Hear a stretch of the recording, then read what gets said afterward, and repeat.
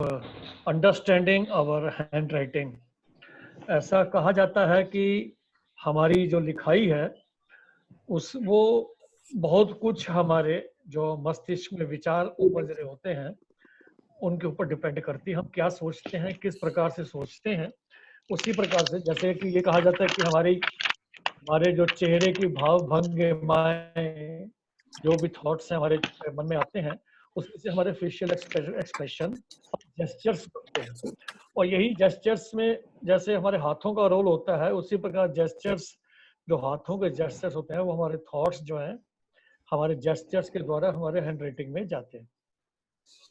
ये भी कहा जाता है कि इसका हालांकि कोई ऐसे प्रमाण तो नहीं है, ना ही कोई रूल है, पर ये जनरली ऐसा फील किया जाता है कि जो बहुत हाईली पढ़े लिखे लोग होते हैं, क्वालिफाइड होते हैं, उनकी शायद इतनी हैंडराइटिंग इतनी अच्छी नहीं होती कि वो अपने आप को कई बार एक्सप्रेस नहीं कर पाते। नॉलेज बहुत ज़्यादा होती है, और जो लोग अपने आप को बहुत अच्छे तरीके से सोसाइटी में एक्सप्रेस करते हैं, उनकी हैंडराइटिंग बहुत सुंदर होती है।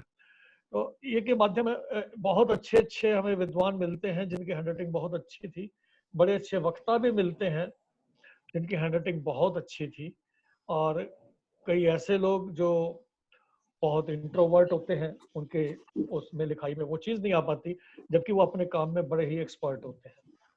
तो इन सब चीज़ों का एज एक विश्लेषण के तौर पे आज हैंडराइटिंग एक्सपर्ट के तौर पे हमारे बीच में वीनू बंसल जी प्रेजेंट हैं। She is handwriting expert, analyzing the personality of any person with handwriting.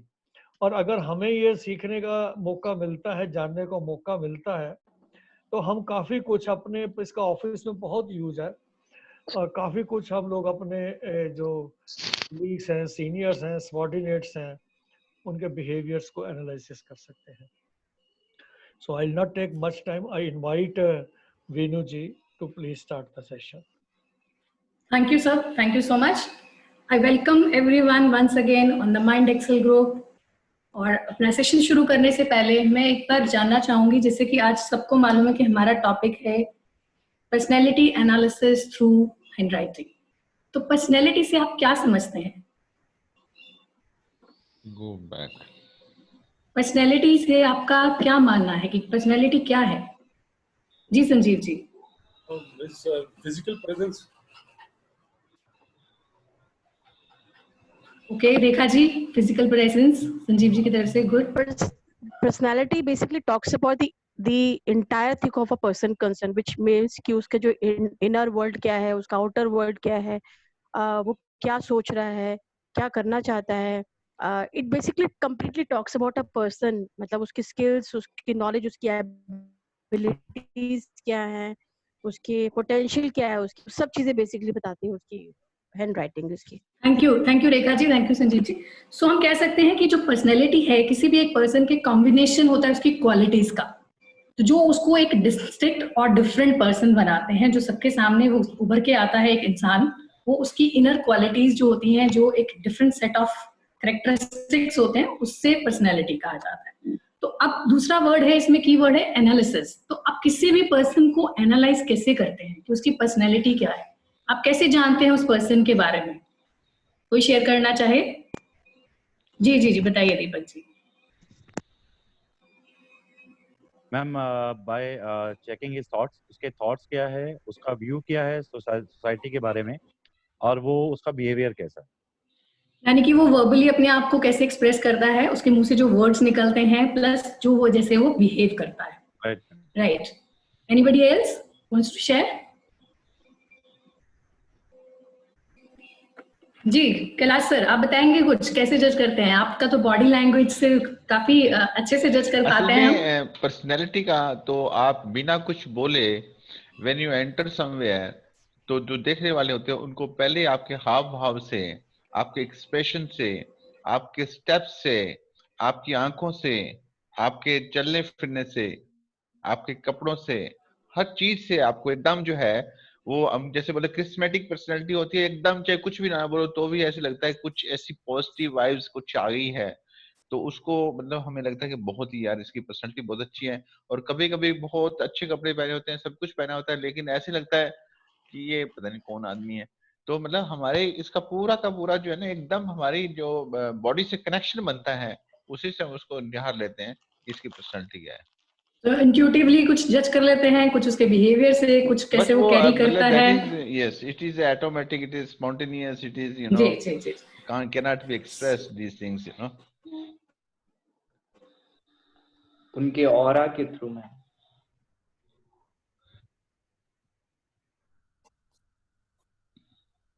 जी जी जी, ऑरा के थ्रू लेते हैं। तो बड़ी करते हैं तो हम उनके वर्बल, जैसे वो बातें करते हैं, जैसे बिहेव करते हैं, कैसी बॉडी लैंग्वेज कैरी करते हैं, कैसे अपने आप को कैरी करते हैं सोसाइटी में, या उनके ऑरा के थ्रू, एनर्जी के थ्रू, हम इन सब चीजों के थ्रू एनालिसिस करते हैं। बट आज का जो हमारा टॉपिक है वो है डिफरेंट, थोड़ा सा हटके है। हम किसी भी पर्सन को उसकी हैंडराइटिंग के थ्रू कैसे एनालिसिस कर सकते हैं वो हम जानेंगे। तो आइए इसी के बारे में बात करते हैं। मैं अपना स्क्रीन शेयर करती हूँ। तो हमारा आज का टॉपिक है personality analysis through handwriting. Handwriting के जरिए हम किसी भी पर्सन की पर्सनैलिटी को एनालिसिस कर सकते हैं। एक स्पेसिफिक वर्ड है ग्राफोलॉजी। ग्राफोलॉजी जो है, this is the study of handwriting. अब ग्राफोलॉजी हमें हेल्प क्या करती है? ये हमें हेल्प करती है एनालिसिस में किसी भी राइटर के, जिसने भी वो लिखा है, उसके करेक्टर को, उसकी पर्सनालिटी को, उसकी एबिलिटीज को, उसकी कैपेबिलिटीज को। आप ये जानकर हैरान होंगे कि मोर देन 5000 डिफरेंट पर्सनालिटी ट्रेट्स हैं, वो हम जज कर सकते हैं हैंडराइटिंग एनालिसिस के थ्रू। इवन मेडिकल फील्ड में भी जो स्टडी है हैंडराइटिंग में, वो की जाती है किसी भी डिजीज के डायग्नोसिस और ट्रैकिंग में डिजीज के। तो हैंडराइटिंग का जो सिर्फ रोल पर्सनैलिटी के साथ ही एसोसिएटेड नहीं है, इसका बहुत सारे फील्ड्स में यूज किया जाता है। जैसे कि अभी एक मैंने बताया कि मेडिकल फील्ड में भी आप हैंडराइटिंग के थ्रू किसी की डिजीज को जज कर सकते हैं। अब हैंडराइटिंग हमारे बेसिकली पर्सनैलिटी के बारे में क्या क्या बताती है? जब हम लिखते हैं तो जो हमारी हैंडराइटिंग है, जो हमारे दिमाग में है, उससे बहुत सारी ज्यादा चीजें हमें बताती है। जैसे कि दीपक जी बहुत बार सेशन ले चुके हैं। हमारा ब्रेन का 10% is the conscious mind and the 90% is the subconscious mind. तो जो हम बेसिकली अब कैच करते हैं, कहते हैं कि first impression is the most important impression. But जब हम किसी पर्सन को देखते हैं तो हम उसका कॉन्शियस बिहेवियर देखते हैं। हर कोई पर्सन अपने आप को बेस्ट रिप्रेजेंट करता है जब हम उसको पहली बार मिलते हैं।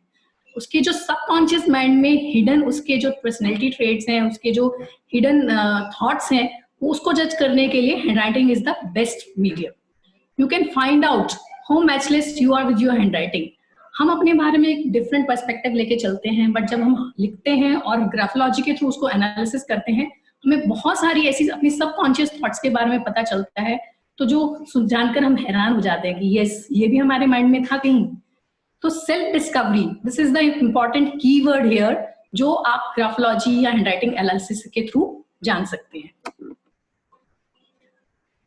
ग्राफोलॉजी जो है आपको अपने बारे में इंक्वायर करने में हेल्प करता है। ये आपकी strengths, weaknesses, inner fears, your defence mechanism, कि आप बेसिकली रफ सिचुएशंस में कैसे बिहेव करते हैं, और ये आपको एक नई लाइट में लाके आपको अपने आप बारे में जानकारी देता है। आप अपने अंदर के रियल इंसान को पहचान पाते हैं, जो कि 90% हमारे सबकॉन्शियस माइंड के द्वारा कंट्रोल किया जाता है। इसके साथ साथ ग्राफोलॉजी क्या करती है? It helps in understanding and removing the mental blocks. देखिए, हमारे हर किसी के सबकॉन्शियस माइंड में कुछ ऐसे ब्लॉक्स होते हैं जो हमारी ग्रोथ को हिंडर करता है। अगर हम उनको समझ लेते हैं तो हम बहुत अपनी लाइफ में सक्सेस और ग्रोथ को अचीव कर सकते हैं। To achieve greater personal and professional success and self growth, so handwriting turns out to be the important factor. Even you can heal yourself with just a change in the stroke of your own handwriting. तो graphology का role सिर्फ, या handwriting analysis का role सिर्फ analysis तक नहीं है, आप इसको एक नेक्स्ट लेवल पे लेके जा सकते हैं। अपनी हैंडराइटिंग में चेंज करके आप अपने आप को हील कर सकते हैं और अपनी पर्सनैलिटी में इंप्रूवमेंट ला सकते हैं। And the keyword here is graphotherapy. So हम यहाँ पे ग्राफोलॉजी एनालिसिस की ही बात ही नहीं कर रहे हैं, we are talking about graphotherapy.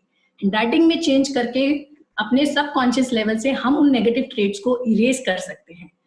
So handwriting helps in self discovery as well as self improvement. It is graphotherapy is used to get rid of bad habits. हम बहुत बार देखते हैं हमारे बच्चे किसी पीयर ग्रुप के प्रेशर में आके बैड हैबिट्स में पड़ जाते हैं। तो हम उनको कैसे हेल्प कर सकते हैं? तो पहला कीवर्ड है कि हमें उनको समझना होगा, हमें उनको जानना होगा। तो उसको जानने के लिए हैंडराइटिंग एनालिसिस से हम उनकी नेगेटिव ट्रेट्स या उनके सबकॉन्शियस ट्रेट्स को जान पाएंगे। फिर ग्राफोथेरेपी के थ्रू उन नेगेटिव ट्रेट्स में उनकी हैंडराइटिंग में चेंज करके हम एक बेटर रिजल्ट्स को अचीव कर सकते हैं।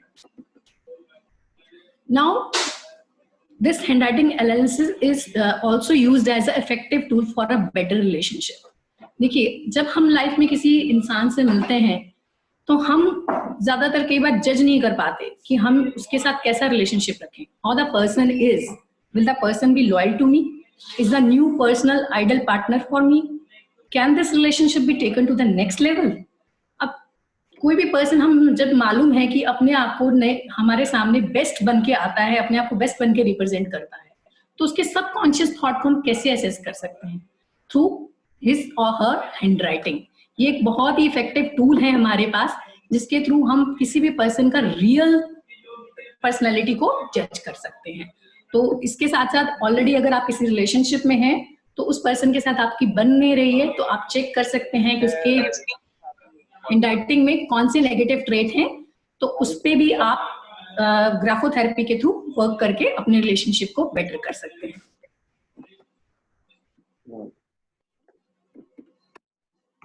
फिर कितने निकले? आज कितने आए हैं? काइंडली म्यूट कर लीजिए अपने आप को। Next, parent child relationship. किसी भी बच्चे का जो चाइल्ड डेवलपमेंट है, इस चीज पे बहुत मैटर करता है कि आपका एज ए पेरेंट उस बच्चे के साथ रिलेशनशिप कैसा है।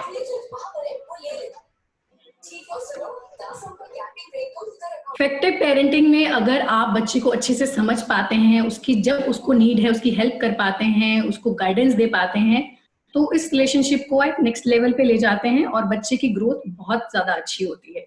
हर कोई पेरेंट अपने बच्चे की भलाई के लिए काम करना चाहता है, बट उसके लिए सबसे इंपॉर्टेंट चीज है कि आपको अपने बच्चे को समझना होगा, उसकी हिडन डिजायर्स। जैसे बच्चा टीनेजर में जाता है कि बच्चा अपने आप को रिट्रैक्ट कर लेता है, अपने पेरेंट्स से चीजें छुपाने लगता है और बहुत बार इनएक्सप्रेसिव हो जाता है।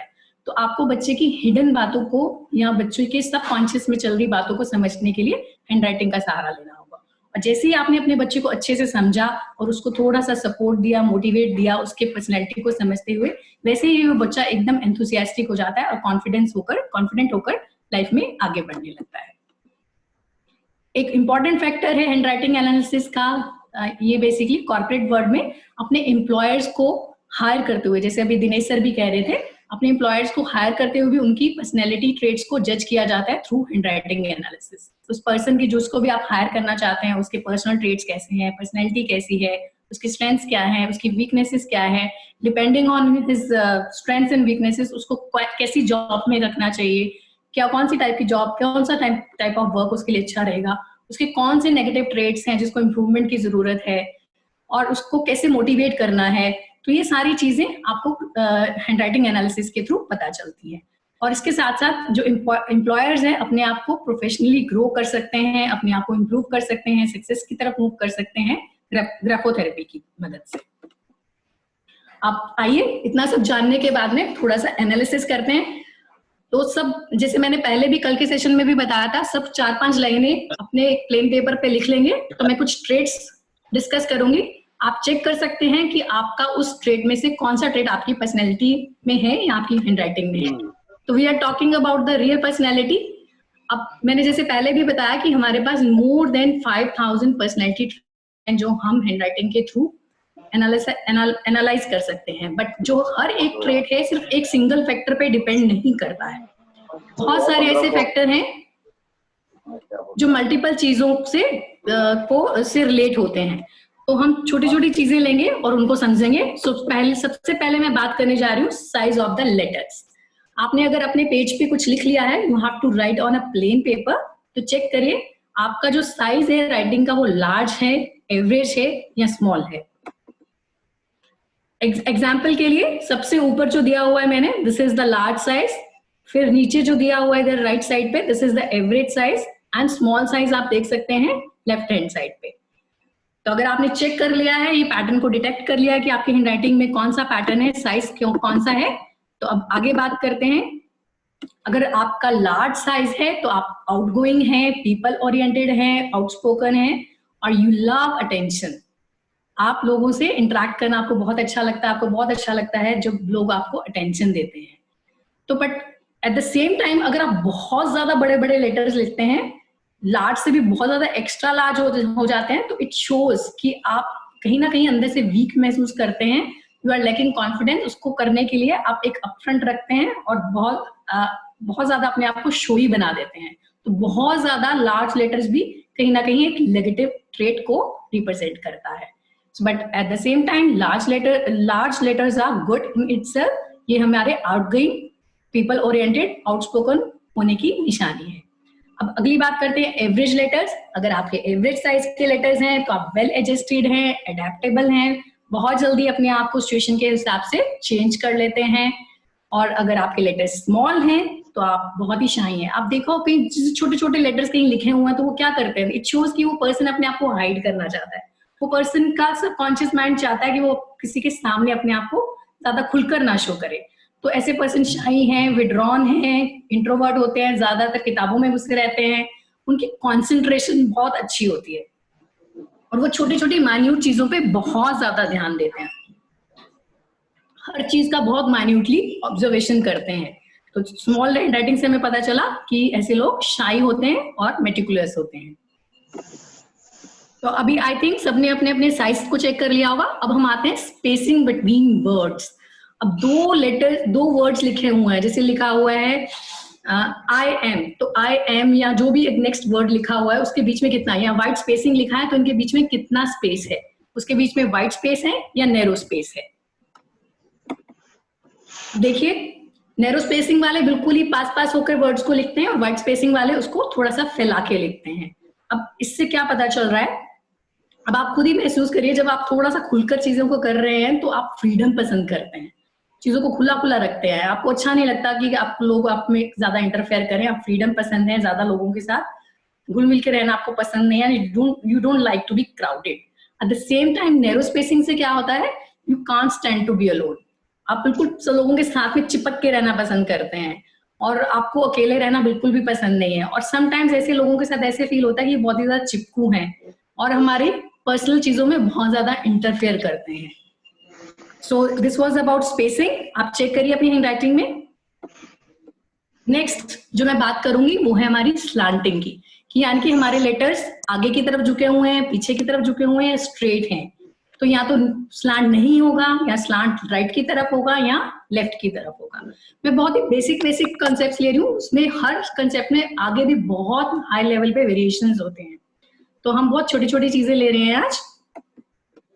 तो आप देख सकते हैं ई जो है स्ट्रेट है बिल्कुल सबसे ऊपर, और जी जो है वो आगे की तरफ थोड़ा सा झुका हुआ है, वो राइट स्लांट हो गया, और जो एफ है पीछे की तरफ झुका हुआ है वो हमारा लेफ्ट स्लांट हो गया।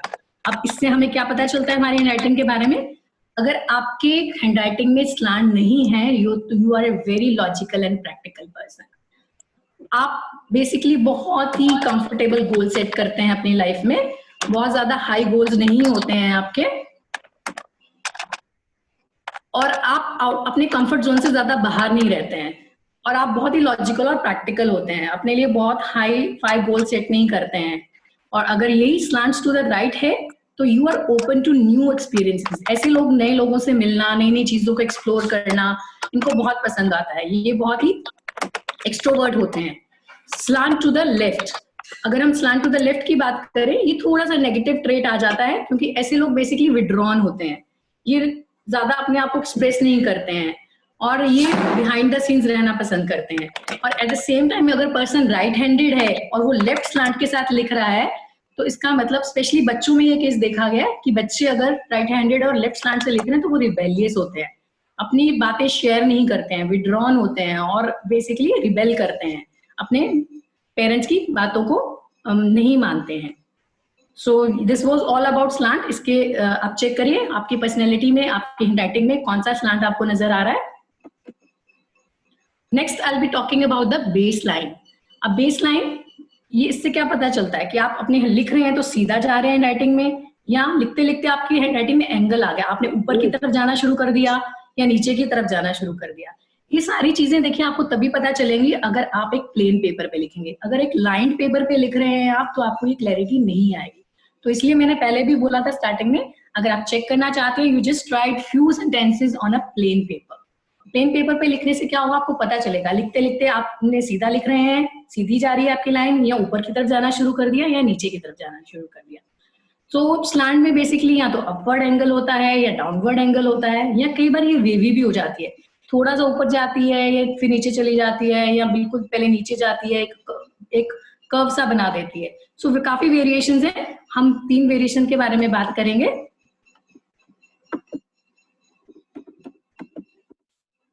देखिए अगर आप यहाँ पे लाइन पे लिखा हुआ है तो यहाँ पे देखिए थोड़ा सा बीच बीच में ऊपर उठा हुआ है, और यहाँ पे बिल्कुल स्ट्रेट में लिखा है। अगर यही ये ऊपर की तरफ जाना शुरू कर दे तो अपवर्ड एंगल होगा, नीचे की तरफ जाना शुरू कर दे तो डाउनवर्ड एंगल होगा। और सेकंड लाइन में अगर आप देखेंगे तो इसमें क्या हो रहा है कि पहले स्ट्रेट जा रहा है, फिर थोड़ा सा ऊपर जा रहा है, फिर स्ट्रेट जाना शुरू हो गया। सो ये वेवी लाइन हो गया। अगर आप अपवर्ड एंगल के साथ लिख रहे हैं इसका क्या मतलब है, you are a very optimistic and happy person. और अगर बहुत ही ज्यादा हाई एंगल है तो आप बहुत ज्यादा अपने आप को प्रेशराइज करते हैं लाइफ में कुछ अचीव करने के लिए, आपके बहुत हाई गोल्स हैं। और यही अगर you are writing at downward angle, you are pessimistic and frustrated. ऐसे लोग बेसिकली अपने लाइफ में नेगेटिव ट्रेट्स को कैरी करते हैं, तो बहुत ही जल्दी लो फील करने लगते हैं, और इनमें नेगेटिव एनर्जीज काफी ज्यादा होती हैं। छोटी छोटी बात होते ही बहुत ही जल्दी मायूस हो जाते हैं। और if you are writing is wavy, going both up and down, कभी ऊपर जा रही है कभी नीचे जा रही है, यू आर आइदर अनस्टेबल, या तो आप अनस्टेबल हैं, आपको क्लैरिटी नहीं है अपने लाइफ में कि आपको करना क्या है, आप बहुत ही जल्दी ऑप्टिमिस्टिक हो जाते हैं, और एट द सेम टाइम जैसे किसी ने कुछ कह दिया बहुत ही जल्दी फ्रस्ट्रेटेड हो जाते हैं। या फिर ये जो छोटे बच्चे होते हैं जिन्होंने अभी नया नया लिखना सीखा है, उनकी हैंड राइटिंग में भी आपको कई बार ये ट्रेंड नजर आएगा, क्योंकि अभी उनकी वो मेच्योरिटी नहीं आई है, तो एक अनस्किल्ड राइटर की निशानी है। अब स्लैंट के बाद में नेक्स्ट चीज इसके बारे में हम बात करें, हैंड राइटिंग प्रेशर। तो हैंड राइटिंग प्रेशर को एक जज करने का बहुत ही अच्छा तरीका है, अगर आप लिख रहे हैं, आप अपना पेज उलट कर देखेंगे, अगर पीछे की साइड पे आपको अपने पेन के निशान दिख रहे हैं या आप रीड कर पा रहे हैं, आपको उभरे हुए से अक्षर नजर आ रहे हैं, तो that means you are writing with a high pressure. तो जो लिखते हैं, और कई बार इतना ज्यादा प्रेशर होता है कि दूसरे पेज तक इंप्रेशंस आ जाते हैं, दूसरे पेज पे भी आपको निशान दिखाई देते हैं कि क्या लिखा गया था। So high pressure it shows high intensity, फिर उसके बाद में एवरेज प्रेशर आता है और लाइट प्रेशर। अब इससे हमें पता क्या चलता है, आप देख सकते हैं यहाँ पे हैवी प्रेशर में कैसा महसूस होता है, लाइट प्रेशर में हल्के से लिखा जाता है। और दूसरा एग्जांपल मैंने बताया, आप पेज टर्न करके देख सकते हैं। जिनका प्रेशर हाई होता है हैंड राइटिंग में, वो बहुत ही इंटेंस और सेंसुअल होते हैं, बहुत ही विग्रेस होते हैं। ऐसे लोग ना जैसे ही आते हैं, कमरे में एंटर करते हैं, तो पूरे माहौल पे छा जाने की कोशिश करते हैं कि मैं हूँ सब कुछ। तो इनके पास इतनी एनर्जी होती है। और एवरेज जो लोग होते हैं, ये बेसिकली जो काम करते हैं उसके साथ जुड़ के रहना पसंद करते हैं, काम रहते हैं, काम को कंसिस्टेंटली करते हैं बट काम रहते हैं, कोई बहुत ज्यादा एक्सेग्रेटेड एनर्जी शो नहीं करते हैं। और जो लाइट प्रेशर है, ये बेसिकली इंट्रोवर्ट होते हैं, ज्यादा अपने आप को एक्सप्रेस नहीं करते हैं, and they carry low energy. और यही एक चीज और मैं ऐड करना चाहूंगी कि जो मेडिटेशन में या स्पिरिचुअली थोड़ा सा अपनी लाइफ में आगे बढ़ जाते हैं, उन जिनका थॉट पैटर्न्स बहुत ही लाइट हो जाता है, जो अपने थॉट्स को बहुत ही कंट्रोल कर लेते हैं, उनके भी अगर आप हैंडराइटिंग देखेंगे तो उनका भी प्रेशर आपको लाइट ही मिलेगा। So light pressure could be the indication of low energy और इंट्रोवर्ट पर्सनैलिटी, और एट द सेम टाइम अगर स्पिरिचुअली पर्सन काफी आगे निकल चुका है तो स्पिरिचुअलिटी, हाई स्पिरिचुअलिटी का भी साइन है। अब प्रेशर के बाद में हम बात कर रहे हैं राइटिंग स्पीड। आप बहुत तेजी से लिखते हैं, फटाफट से अपना सारा काम खत्म करना चाहते हैं, या बहुत धीरे धीरे लिखते हैं, आपका काम छूट जाता है, जो बातें बोली जाती हैं नोट नहीं किए जाते हैं। राइटिंग क्विकली का क्विक एग्जांपल मेरे ख्याल से धवल मोदी जी हैं, वो जैसे ही सेशन चलता है सारे नोट्स फटाफट से कंपाइल करके ले आते हैं यहाँ पे। So he could be the good example. तो स्पीड से हमें क्या पता चलता है, if you are writing very fast, this means you are impatient, आपको चीजें डिले करना पसंद नहीं है। जो लोग टाइम वेस्ट करते हैं, जिन चीजों से टाइम वेस्ट होती है, यू हेट दोज थिंग्स। तो ऐसे लोगों का टारगेट पूरा क्या होता है कि फटाफट से टास्क कंप्लीट करना है, तो वो हर चीज को फटाफट करने की कोशिश में उसको बहुत तेजी से करते हैं। और जो स्लो करते हैं, इनका टारगेट होता है कि काम को करना तो है बट बहुत ही ऑर्गेनाइज और मेथोडिकल तरीके से, बहुत ही अच्छे तरीके से करना है। ये सेल्फ रिलायंट होते हैं, अपने आप पे बहुत विश्वास करते हैं, क्योंकि बिकॉज इनको पता होता है कि ये जो भी काम करते हैं बहुत ही अच्छे से और सिस्टमेटिक तरीके से करते हैं।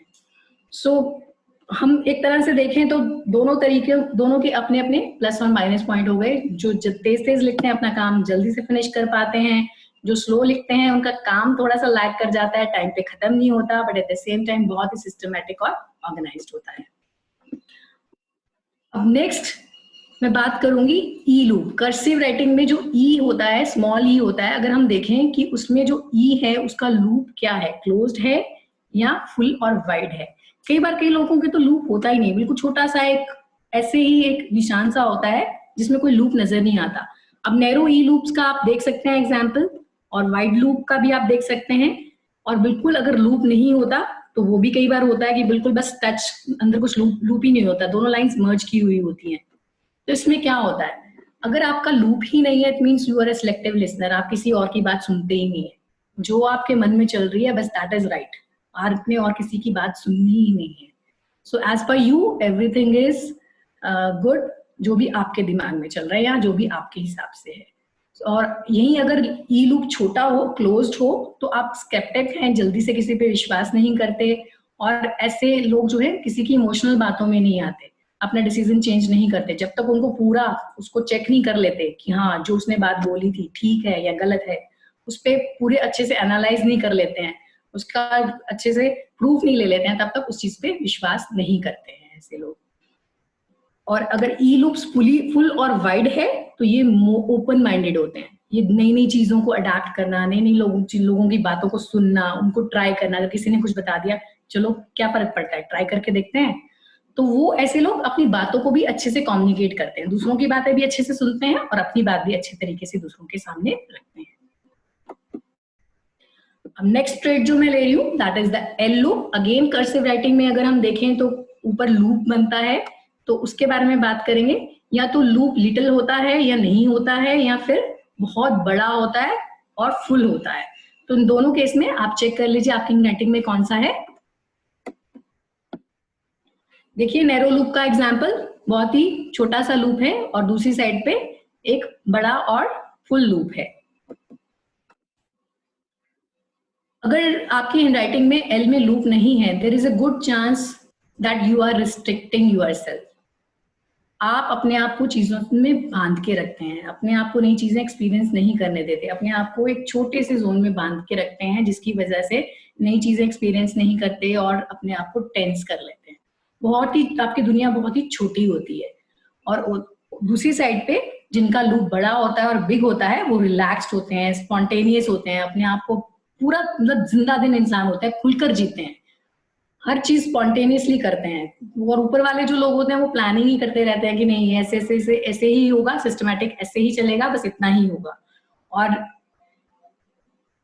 अगर इनका लूप बहुत बड़ा है तो ये it could be a talkative person also. जो जिनका लूप बड़ा होता है और काफी बड़ा होता है वो टॉकेटिव भी हो सकते हैं। तो इसका जो है ये स्पॉन्टेनिटी और टॉकिंग तो एक्सप्रेसिव इस चीज से रिलेट कर सकते हैं। तो एल के बाद में हम आते हैं आई पे। Again I am talking about small I. So आज मैंने ज्यादातर ट्रेड्स लिए हैं स्मॉल लेटर से लिए हैं। सो स्मॉल आई में हम डॉट के बारे में बात करेंगे। सो या तो डॉट जो होता है बहुत ही ऊपर होता है, हाई ओवर द आई, या तो लेफ्ट की तरफ होता है डॉट कई बार, या फिर कई बार डॉट जो होता है राइट की तरफ होता है, या कई बार कई लोग आप देखोगे सर्कल बना देते हैं, छोटा सा गोल सा सर्कल छोटा सा बना देते हैं आई के ऊपर, या स्लैशिंग योर आई, अपने आई पे एक स्लैश सा डाल देते हैं। तो उसको देखने के लिए एक बार देखते हैं। देखिए स्लैश भी है यहाँ पे, एक गोला भी है बिल्कुल राइट पे, लेफ्ट पे, या बिल्कुल ऊपर या बहुत ऊपर, आई से बहुत ऊपर, उसकी स्टेम से बहुत ऊपर अगर आप बना देते हैं डॉट, तो उसका क्या मीनिंग है अब देखते हैं। अब चेक करिए आप अपनी हैंडराइटिंग में, अगर आपका डॉट जो है आई के काफी ऊपर है तो आपकी इमेजिनेशन बहुत स्ट्रांग है। आप ऐसी ऐसी चीजें क्रिएटिवली डिजाइन कर सकते हैं, इमेजिन कर सकते हैं जो दूसरा पर्सन नहीं करते हैं। आपकी इमेजिनेशन एंड क्रिएटिविटी काफी हाई है। और यही अगर आप अपना जो आई का डॉट है लेफ्ट साइड पे बनाते हैं तो ये एक नेगेटिव ट्रेट हो जाता है, जिसका मतलब है कि आप चीजों को डिले करते रहते हैं, प्रोक्रास्टिनेशन। आपके जो काम है वो पीछे छूट जाते हैं, अब आगे निकल जाते हैं। It is indicating this. तो ये किसी भी रीजन से हो सकता है, चाहे आप दूसरों का अप्रूवल लेने में बिजी हो जाते हैं, या आप चीजों को डिले करते रहते हैं, या आपका हैबिट है कि चीजें जब तक पाइल अप नहीं हो जाए उसको करते नहीं है। तो ये प्रोक्रास्टिनेशन की निशानी है, अगर आपका डॉट जो है पीछे की तरफ छूट जाता है, लेफ्ट की तरफ रह जाता है। राइट ओवर द आई, अगर आपका डॉट जैसे ही आपका स्टेम खत्म हुआ आई का, बिल्कुल उसके ऊपर आ रहा है आई का डॉट, तो it means that you are detail oriented, you are organised. आप हर काम को बहुत ही एम्फेसाइज देकर और बहुत ही ध्यान से करते हैं। ऐसे लोगों की कंसंट्रेशन बहुत अच्छी होती है। इवन इसको हम ग्राफोथेरेपी की तरफ भी यूज कर सकते हैं। जिन बच्चों का या जिन लोगों को लगता है कि उनकी कंसंट्रेशन अच्छी नहीं है, वो पर्पसली आई को लिखें और बिल्कुल डॉट जो है बिल्कुल ऊपर लगाएं, स्टेम के बिल्कुल ऊपर लगाएं, फील करते हुए कि मेरी कंसंट्रेशन बहुत अच्छी है, आई एम फोकस पर्सन। इस इंटेंशन के साथ जब भी एक्टिविटी करेंगे तो थोड़े दिनों में आपको नजर आएगा कि आपकी कंसंट्रेशन और आपका फोकस पहले से काफी इंप्रूव हो गया। अगर आप अपने आई के ऊपर सर्कल लगा रहे हैं तो आप एक विजनरी हैं और एक चाइल्ड लाइक बिहेवियर करते हैं। आप अपने ख्याली पुलाव बनाते रहते हैं, ख्यालों में, रियलिटी से आपका काफी दूर दूर तक कुछ लेना देना नहीं है, आप ख्यालों में घुसे रहते हैं, बच्चे की तरह बिहेव करते हैं, चाहे वो कोई बच्चा है या कोई बड़ा है। और ये थोड़ा सा क्रिएटिविटी की भी निशानी है। अगर आप सब कुछ लोग जो आर्टिस्टिक होते हैं वो भी जो है अपने जो डॉट को सर्कल की फॉर्म में बना देते हैं, या कोई और कुछ कोई दिल बना देता है या कोई और डिजाइन बना देता है। तो ये आर्टिस्टिक भी हो सकता है या फिर चाइल्ड लाइक बिहेवियर भी, इमेच्योरिटी का भी साइन हो सकता है। स्लैशिंग योर आई, अपने आई को अगर आप स्लैश कर रहे हैं, ऊपर से एक खिंचती हुई सी लाइन आ रही है नीचे की तरफ, तो आप self critical, overly self critical है, अपने आप को छोटी छोटी बातों में माफ नहीं कर पाते हैं। कोई छोटी सी भी कमी रह जाती है तो उसके लिए आपके अंदर पेशेंस नहीं है, आप उसको बर्दाश्त नहीं कर पाते हैं। और एट द सेम अपने बारे में बहुत ही ज्यादा क्रिटिकल होके सोचते हैं कि अरे क्या मैंने क्या कर दिया, मैं तो ऐसा ही हूँ। और एट द सेम टाइम अपने आप को क्रिटिसाइज करते रहते हैं और अपनी गलतियों से सीखते भी नहीं है, बस you are focusing just on criticizing yourself. So this is a very negative trait. We have to get rid of this. अब हम टी के ऊपर जो उसकी लाइन होती है जिससे हम क्रॉस करते हैं टी को, उसके बारे में बात करेंगे। तो इसके भी बहुत सारी वेरिएशन है। Take it just 4, cross your lower case T right in the middle. अगर आप बिल्कुल सेंटर में उसको क्रॉस कर रहे हैं, या आपका जो क्रॉस है बिल्कुल छोटा सा है, या बिल्कुल टॉप पे क्रॉस कर रहे हैं, या आपका क्रॉस जो है लॉन्ग है, will be talking about these 4।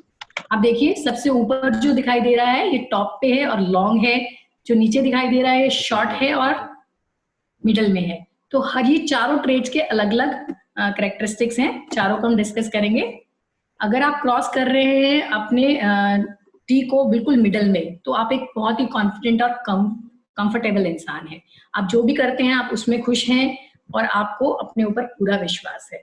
और अगर ये आपका क्रॉस जो है बिल्कुल छोटा सा है तो ये इंडिकेट कर रहा है कि आप एक लेजी इंसान है और आपकी डिटर्मिनेशन, विल पावर बहुत ही लो है, आपको अपने ऊपर भरोसा नहीं है। और अगर यही आपका जो क्रॉस है बिल्कुल टॉप पे है, जहाँ पे टी का स्टेम खत्म होता है, बिल्कुल वहां पे एंड पे आप टी क्रॉस करते हैं, तो आप बहुत ही एम्बिशियस और ऑप्टिमिस्टिक पर्सन है। आपने अपने लाइफ में बहुत ही हाई गोल सेट किए हुए हैं, आपका सेल्फ एस्टीम बहुत हाई है, तो आप अपनी पॉजिटिविटी से अपने हाई गोल्स को बहुत जल्दी और अच्छे से अचीव कर पाते हैं। और अगर यही जो टी बार है अगर ये लॉन्ग होता है तो ये डिटर्मिनेशन की और एंथुजियाज्म की निशानी होती है। बट यही अगर काफी ज्यादा लॉन्ग हो जाता है तो sometimes it indicates negative trait also, stubbornness. आप चीजों को चेंज करने में और लेट गो करने में, लेट गो नहीं कर पाते हैं, चेंज करने में अपने आप को सक्षम नहीं बना पाते हैं। तो यही अगर ट्रेड जो है अगर थोड़ा सा एक्सट्रीम पे पहुंच जाए, काफी ज्यादा लॉन्ग हो जाए, तो ये स्टबर्ननेस भी बन जाता है। यही डिटर्मिनेशन आपकी स्टबर्ननेस में कन्वर्ट हो जाएगी। अब हम ए और ओ के सर्कल की बात करेंगे। अगर ये आपका सर्कल परफेक्ट है, नीट है, क्लोज्ड है, जैसे कि यहाँ पे दिखाई दे रहा है, दोनों में परफेक्ट है, नीट है, क्लोज्ड है। और कई बार ये क्या होता है कि कंप्लीट नहीं होता, ऊपर से खुला रह जाता है, या कई कई तो बिल्कुल ही ओपन, वाइड ओपन छोड़ देते हैं। तो उसका क्या मतलब है? अगर ये आपका परफेक्ट, नीट और क्लोज्ड है तो ये आप हर बात जो बोलते हैं बहुत सोच समझ के बोलते हैं, ऐसे नहीं कि कुछ भी मुंह से निकाल दिया। आप बहुत बैलेंस करके बातों को बोलते हैं और बहुत ही सोच समझ के कहते हैं। और यही अगर आपका ए और ओ ऊपर से कंप्लीट नहीं है तो इसका मतलब आप अपने अंदर सीक्रेट्स नहीं रख सकते, अगर आपके बच्चों में ये ट्रेड है तो बी केयरफुल, वो आपके जाके आपकी सारी घर की बातें बाहर बता देंगे। और ये अगर पूरा वाइड ओपन है तो ऐसे पर्सन बहुत ही ज्यादा टॉकेटिव होते हैं। ऊपर से बिल्कुल खुला है तो ऐसे पर्सन काफी टॉकेटिव होते हैं। तो ऐसे पर्सन तो बिल्कुल भी कोई भी बात अपने अंदर रख ही नहीं सकते। And now I'll be talking about S. This is again cursive small s. तो ये राउंड हो सकता है, ऊपर से राउंड टॉप से पॉइंटी हो सकता है, या फिर वाइड टूवर्ड्स बॉटम। इसका क्या मतलब है? आपको यहाँ पे दिखाई दे रहा हो, ऊपर से कई बार काफी लोग अगर एस बनाते हैं तो सर्कल सा बना देते हैं, राउंड सा बनाते हैं ऊपर, तो वो होता है राउंड। और यहाँ ऊपर से कई बार पॉइंटेड होता है टॉप से और लंबा सा होता है, दैट इज पॉइंटेड एस। और नीचे से ब्रॉड बेस होता है। सो इन तीनों का क्या मतलब है?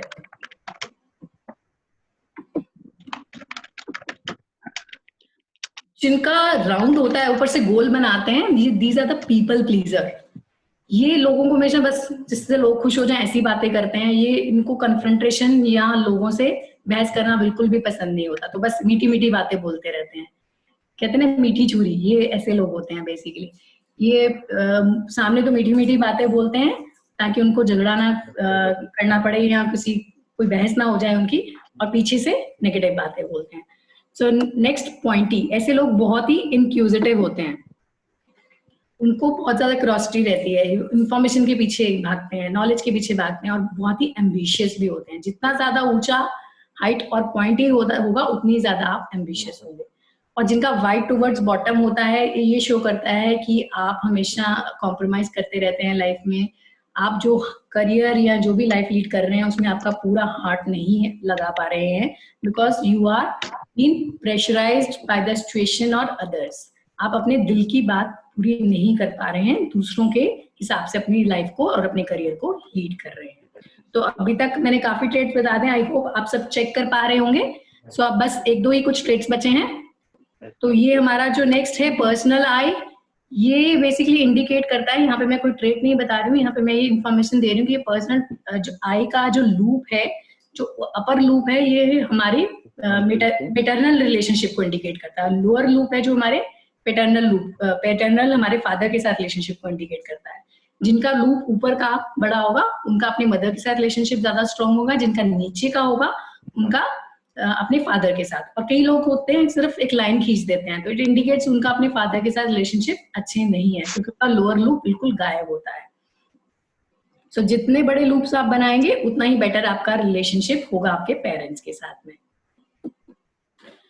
सो अभी तक हमने बहुत सारे अल्फाबेट्स की बात करी, तो ऐसा नहीं है कि अल्फाबेट्स ही हमारी पर्सनैलिटी को हमें बताते हैं, इवन नंबर से भी हमारी पर्सनैलिटी पता चलती है। आप टेकन जस्ट वन एग्जाम्पल, अगर आप 2 लिख रहे हैं and you are writing it without a loop, तो इसका मतलब है कि you are good with facts and figures.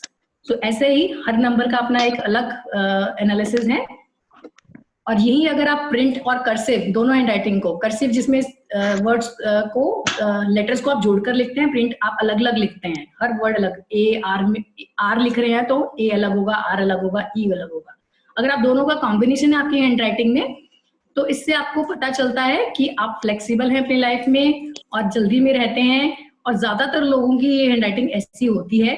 और अगर आप पर एट द सेम टाइम आप बहुत ही ज्यादा ब्लॉक प्रिंटिंग में लिख रहे हैं, यानी कि टोटली वर्ड्स के बीच में कोई कनेक्शन नहीं है, हर लेटर सेपरेट है, कुछ भी लिख रहे हैं, आपको सेंटेंस लिख रहे हैं, जैसे यहाँ पे जो वर्ड्स लिखे गए हैं उसमें सारे वर्ड्स सेपरेट हैं, किसी का आपस में कोई कनेक्शन नहीं है।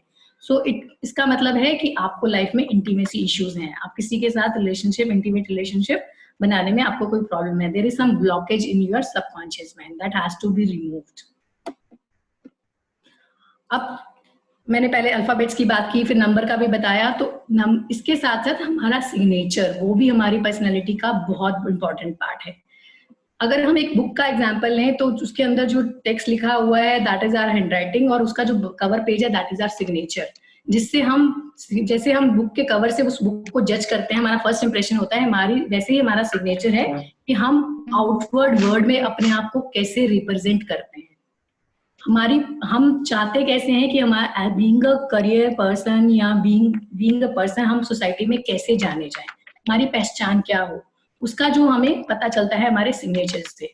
सो इवन अपने सिग्नेचर में चेंज कर कर हम अपनी पर्सनैलिटी को इम्प्रूव करने के साथ साथ अपने करियर में सक्सेस भी अचीव कर सकते हैं। तो एक एग्जांपल लिया है, ये पूरा एक फुल फ्लेज्ड 2 days का वर्कशॉप है सिग्नेचर एनालिसिस का और सिग्नेचर मॉडिफिकेशन का। If your signature is legible and sharp, you are a confident person. जो लोग बिल्कुल स्क्रिबल कर देते हैं, पढ़ने में ही नहीं आता कि उनका नाम क्या है उनके सिग्नेचर से, सो ऐसे लोग क्या होते हैं, बहुत ही प्राइवेट होते हैं। These are hard to read and understand. तो ऐसे लोगों के साथ अगर आप कोई कॉन्ट्रैक्ट साइन कर रहे हैं, तो अगर आपको लग रहा है कि उनका नाम आप उनके सिग्नेचर से पढ़ नहीं पा रहे हैं, तो दैट मीन्स जो पर्सन वो रिप्रेजेंट कर रहा है उसके इनर साइड में वो डिफरेंट पर्सन है। यू नीड टू इंक्वायर और जज get more information about that person before signing the contract. तो उस पर आप ऐसे ही ट्रस्ट नहीं कर सकते। अगर वही पर्सन बहुत क्लैरिटी के साथ अपने नाम को लिख रहा है, सो दैट मीन्स वो पर्सन एक कॉन्फिडेंट है, जो चीज दिखा रहा है, रिप्रेजेंट कर रहा है, वही वो अपने इनर साइड से है। तो ऐसे लोगों पे आप ट्रस्ट कर सकते हैं और ऐसे लोगों के साथ इजीली आप बिजनेस में ग्रो कर सकते हैं। सो इतनी सारी बातों के बाद में, जैसे मैंने शुरू में भी बताया कि हैंडराइटिंग का हमारी हेल्थ में भी रोल है। देखते हैं 1-2 ट्रेट्स जिससे हम कोई डिजीज के बारे में जज कर पाते हैं। अगर आपका प्रेशर जो है हैंडराइटिंग का वो वेरिएबल रहता है, कभी आप हार्ड प्रेशर से लिख रहे हैं, कभी लाइट प्रेशर से लिख रहे हैं, it indicates that you have high blood pressure. और यही अगर आपकी हैंडराइटिंग बहुत ही छोटी है और ऐसी क्रैम्प्ड है कि जिसमें पढ़ने में ही नहीं आ रहा कि आपने लिखा क्या हुआ, क्लैरिटी नहीं है, that means you have Parkinson disease. और अगर आपका स्लांट जो है वेरी करता है, कभी राइट पे जा रहा है, कभी लेफ्ट पे जा रहा है, that means you don't have any clarity in your life. आपकी मेंटल क्लैरिटी नहीं है, आप बहुत ही जल्दी अपनी पर्सनैलिटी चेंज कर लेते हैं। You might have schizophrenia. तो ये एक छोटा सा एग्जाम्पल था कि जो ग्राफोलॉजी है या ग्राफोथेरेपी है, सिर्फ हमारी पर्सनैलिटी से ही रिलेटेड नहीं है, हमारे रिलेशनशिप से, हमारी हेल्थ से, इवन हमारे करियर ग्रोथ एंड सक्सेस से, करियर, बच्चे का करियर बनाना है तो गुड पेरेंटिंग रिलेशनशिप बनाना है, तो बहुत सारे फैक्टर्स हैं जिससे हम ग्राफोलॉजी के थ्रू अपने आप को इक्विप कर सकते हैं और उसका बेनिफिट ले सकते हैं। तो एक बार मैं एंड में समराइज करती हूँ, ये जो ग्राफोलॉजी है, this is like a true mirror of our personality.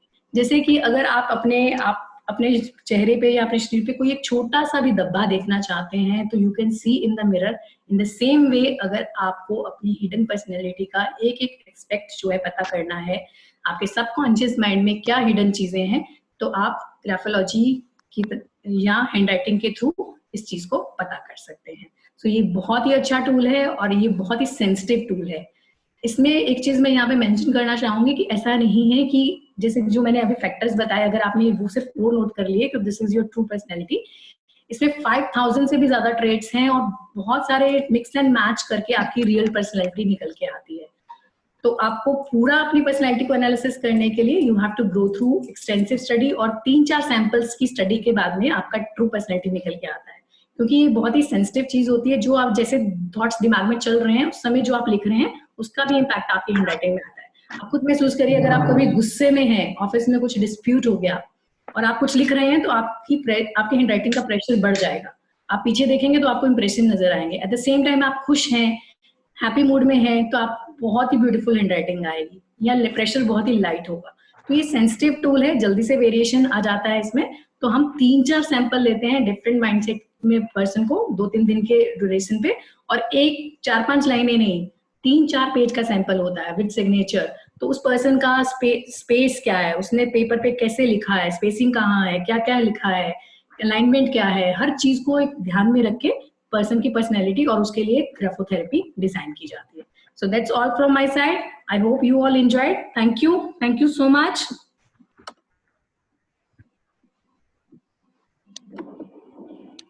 Thank you, madam. Thank you very much. Thank you, ma'am. Thank you, ma'am. Welcome. Thank you, madam. Thank you. Dinesh sir आपका mute पे है, Dinesh sir mute पे है आपका। Ma'am next session कब होगा? Next session? Thank you. बहुत अच्छी It ढंग was से a कवर really किया मैम आपने। very informative session given by you. Thank you और sir. Thank you so much. मैं अपनी हैंडराइटिंग को देख रहा था और मुझे बहुत कुछ अपनी पर्सनैलिटी के बारे में जो आपने पॉइंट्स बताए हैं, I think I am very close to those points. और भी हो सकता है कई चीजें पता चल जाए अभी दोबारा। सर अभी तो मैंने बहुत बेसिक चीजें ली हैं, ये बहुत एग्जॉस्टिव स्टडी होती है। हाँ, बहुत डिटेल में कि आप कहाँ लिख रहे हैं, कैसे लिख रहे हैं, उससे 4-5 ट्रेड्स को मिलके, चीजों को मिलकर एक ट्रेड बनता है। तो एग्जॉस्टिव स्टडी कुछ जैसे जैसे आप बता रहे थे, the way you was giving us tips, so it was really wonderful. So now I invite Shri Kailash ji to say a few words on it. Thank you, Dinesh ji. First and foremost, I would like to applaud, and I also inspire others to applaud for this wonderful information. Thank you. It was really wonderful. And throughout my career, of course, we have studied a lot of things, but I'm not across these things, and never tried to find out what the kind of personality someone is possessing, even while interviewing the candidates and taking the jobs also.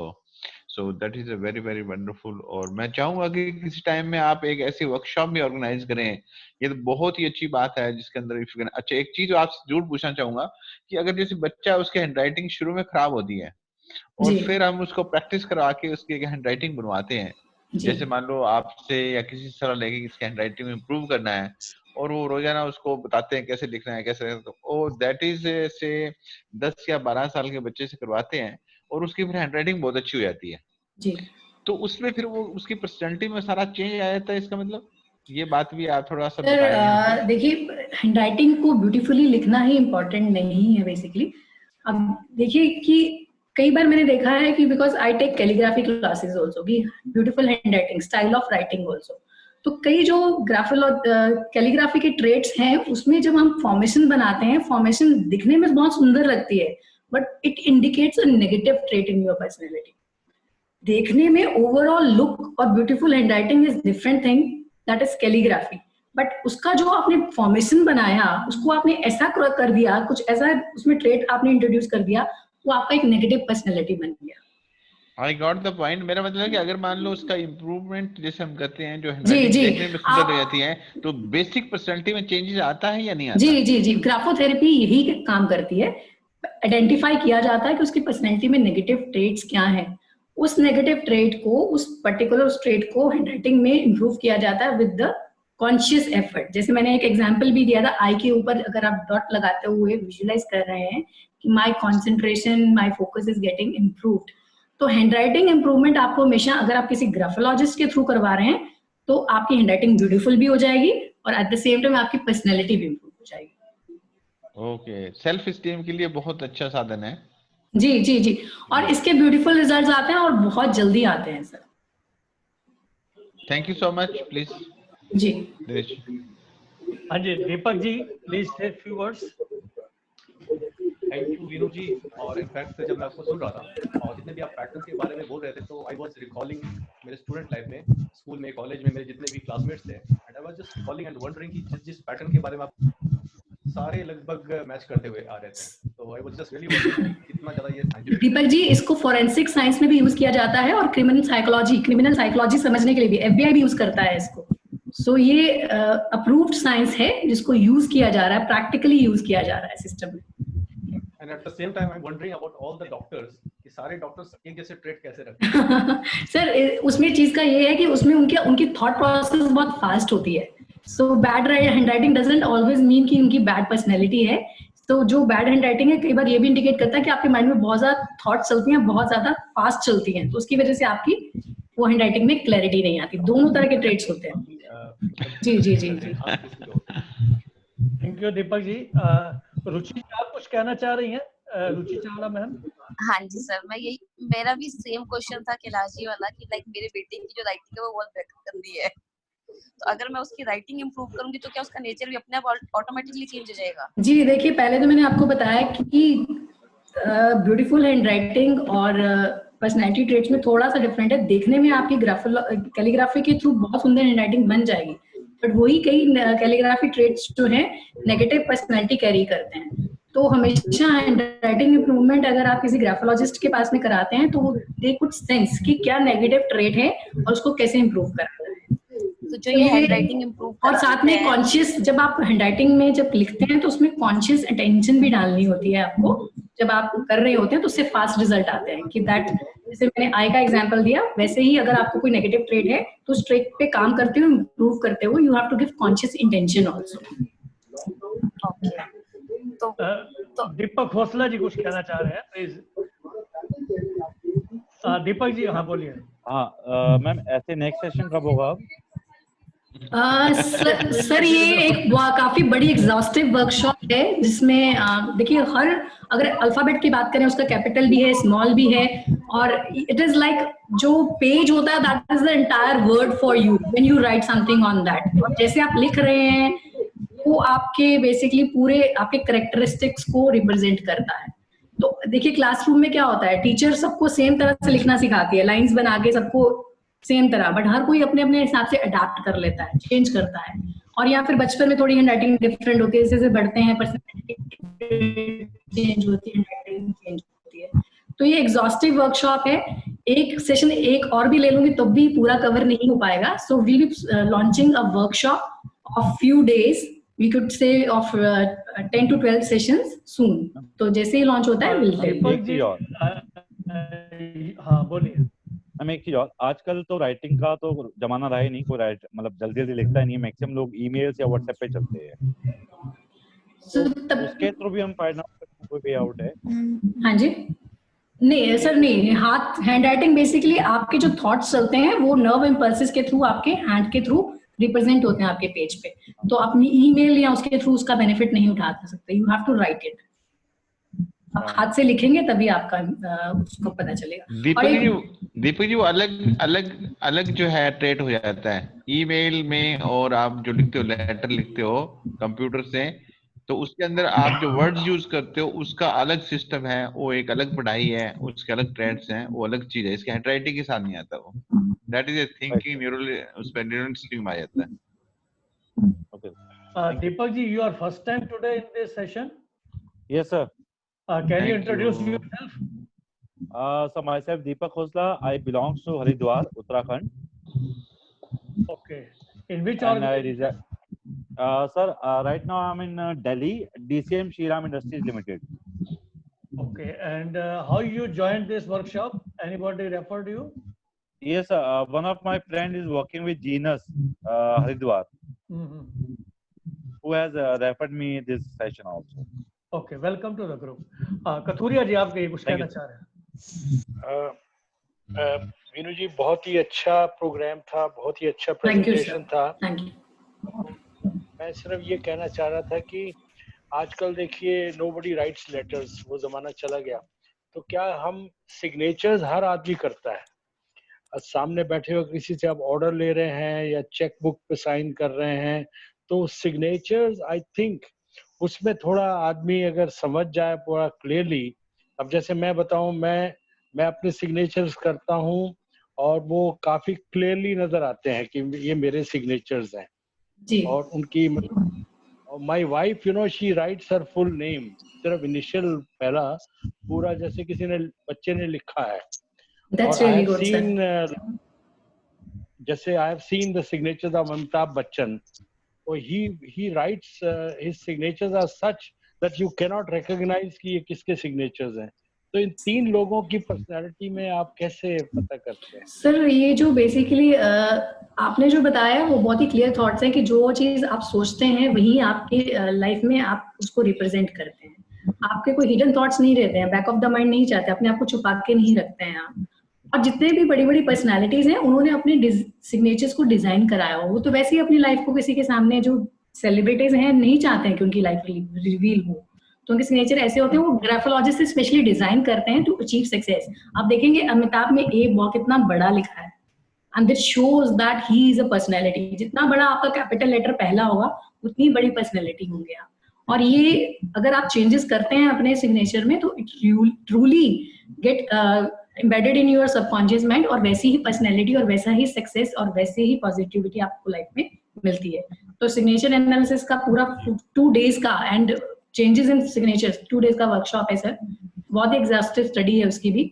तो कैसे आप अपने signature को positive कर सकते हैं ताकि आपको सक्सेस मिले लाइफ में, तो ये एक है वर्कशॉप हमारे। इसमें एक वीनू जी मेरा क्वेश्चन भी है, सिग्नेचर के करने के बाद कई लोग नीचे लाइन खींचते हैं और कई लोग लाइन खींचने के बाद उसके बाद एक पॉइंट भी लगाते हैं, सर देखिए, अगर सिंगल लाइन खींच रहे हैं, इट मीन्स कि आपको लाइफ में सपोर्ट मिलता रहेगा। आप लाइफ में कुछ भी करते हैं तो you are getting support in your life to grow in your life. अगर आप 2 लाइनें खींच रहे हैं, that means you are over dependent on others.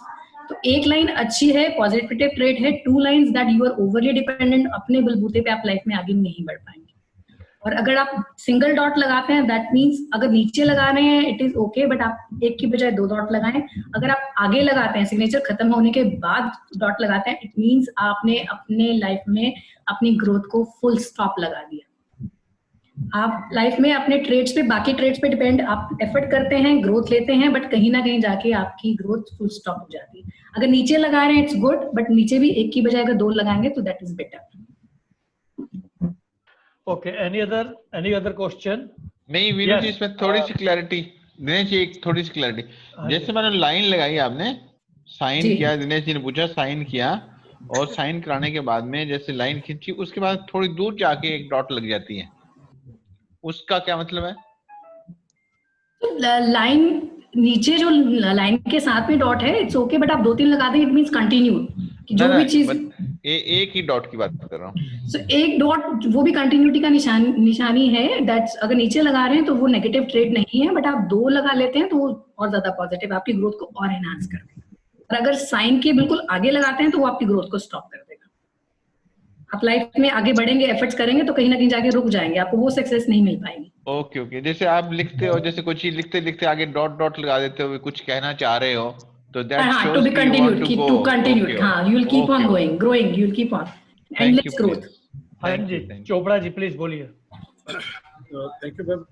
आपकी प्रेजेंटेशन से मेरे को 2 चीजें पता लगी कि मेरे को मेरे खुद के लिए और मेरे बच्चे के लिए कहाँ मेरे को चेंज करना पड़ेगा उसका एटीट्यूड में। बहुत हेल्प मिली आपकी इस प्रेजेंटेशन से। और मेरा एक क्वेश्चन ये था कि सिग्नेचर की जैसे बात चल रही है, सो सिग्नेचर करते करते एक कैरेक्टर कट जाता है। जब आप लाइन खींचते हो समटाइम एक कैरेक्टर जो है वो कट जाता है, तो उसका क्या? कैरेक्टर कटना is not the right attitude. उससे आप अपने आप को ही बेसिकली अपनी ही बातों को, अपनी ही चीजों को सेल्फ क्रिटिसाइज हो जाते हो। आप अपने आप को माफ नहीं कर पाते, छोटी सी गलती होती है सेल्फ क्रिटिसिज्म में चले जाते हो। तो लेटर्स कटना is not the right thing. अगर आपका लेटर कट रहा है तो नीचे लाइन ड्रॉ करें, ठीक है? ओके। और इसमें भी सर लाइन जो आपने पूछी थी दिनेश सर, लाइन का भी बहुत सारी चीजें हैं। अगर आप सिग्नेचर से शुरू करके पीछे की तरफ लाइन लेके आ रहे हैं वो नेगेटिव ट्रेट है, सिर्फ सिग्नेचर खत्म करके नीचे लाइन, बहुत सारे डिफरेंट ट्रेट्स हैं। तो एक आपका सिग्नेचर देख के ही पता चलेगा कि ऐसा नहीं है कि सिंपल मैंने बता दिया कि लाइन लगी है और आप अपने सिग्नेचर से शुरू करके पीछे की तरफ लाइन लेके आ रहे हैं, that is a negative trait. तो एक्चुअल में एनालिसिस जो है आपके सिग्नेचर देख के कर पाऊंगी सर। हाँ जी, मीनू जी बोलिए। हेलो वीनू जी, बहुत अच्छा सेशन था। Thank you so much. बहुत अच्छा एक्सप्लेन किया आपने। इतने टाइम में इतना ही हो सकता है। कहते हैं वर्ड्स बोलते हैं, राइट? जी जी जी, शब्द बोलते हैं। मुझे ये जानना था, मेरी एक फ्रेंड है जो मुझे याद आ गया 10th 11th में। एक फ्रेंड थी, उसकी राइटिंग तो इतनी गंदी थी कि अगर आप अभी भी कहीं भी रख दें, मतलब एक वर्ड पहचाना नहीं जाता था। तो उसका और एक हिंदी में लिखती थी जो ऊपर लाइन नहीं डालती थी। ये तो इंग्लिश की बात हुई, तो हिंदी में जो लिखते हैं और ऊपर लाइन नहीं डालते और लिखते जाते हैं, उनका क्या? देखिए मीनू जी, हैंडराइटिंग गंदी होने के 2 रीजन हो सकते हैं। या तो आपकी पर्सनैलिटी में नेगेटिव ट्रेट्स हैं, या कई बार जो लोग जिनके माइंड पे बहुत ज्यादा थॉट्स चलती हैं, बहुत बिजी होते हैं, या बहुत ही ज्यादा इमेजिनेशन या बहुत ही ज्यादा एक्टिव लाइफस्टाइल लीड करते हैं, उनकी भी हैंडराइटिंग जल्दी की वजह से गंदी हो जाती है। तो मैंने जैसे पहले भी बताया, एक चीज देखकर आप किसी भी चीज को पे एनालिसिस नहीं कर सकते हैं। You have to see multiple things at a time.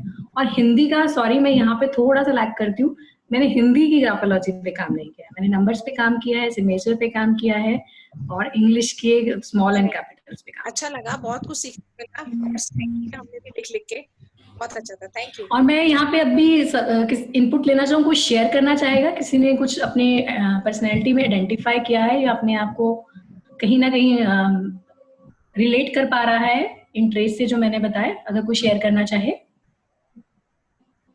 Ji sir Chopra ji.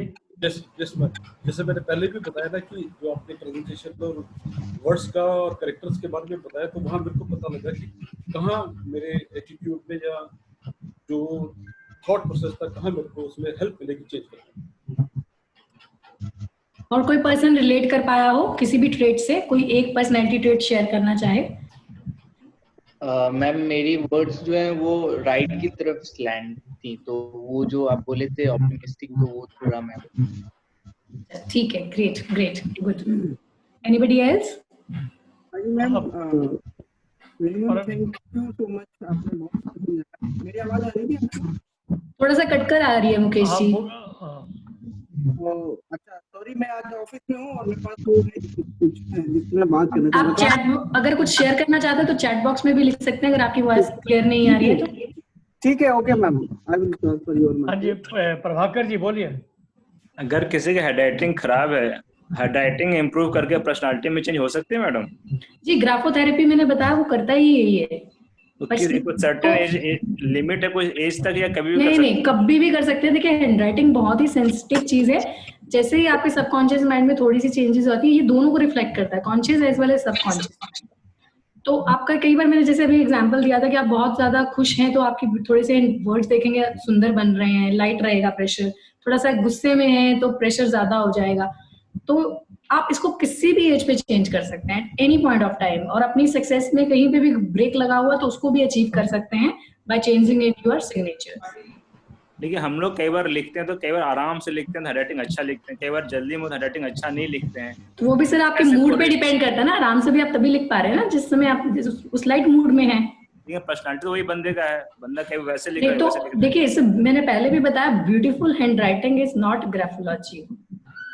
ठीक है, आप सुंदर लिख रहे हैं तो इसका मतलब ये नहीं है कि आपके पॉजिटिव ट्रेट्स हैं।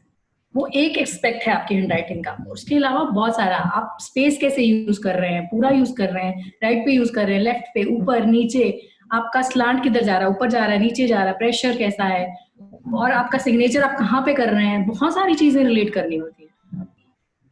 इंप्रूवमेंट पॉसिबल है मतलब आपके मतलब? जी, कभी भी पॉसिबल है और बहुत जल्दी आता है। जी बहुत जल्दी आता है और आपकी जो सक्सेस है बहुत जल्दी अचीव कर सकते हैं। कहीं पे भी आपके मेंटल ब्लॉक्स हैं बहुत जल्दी रिमूव कर सकते हैं। ठीक है, थैंक यू बहुत अच्छा क्लास था, बहुत informative. Thank you so much madam, thank you.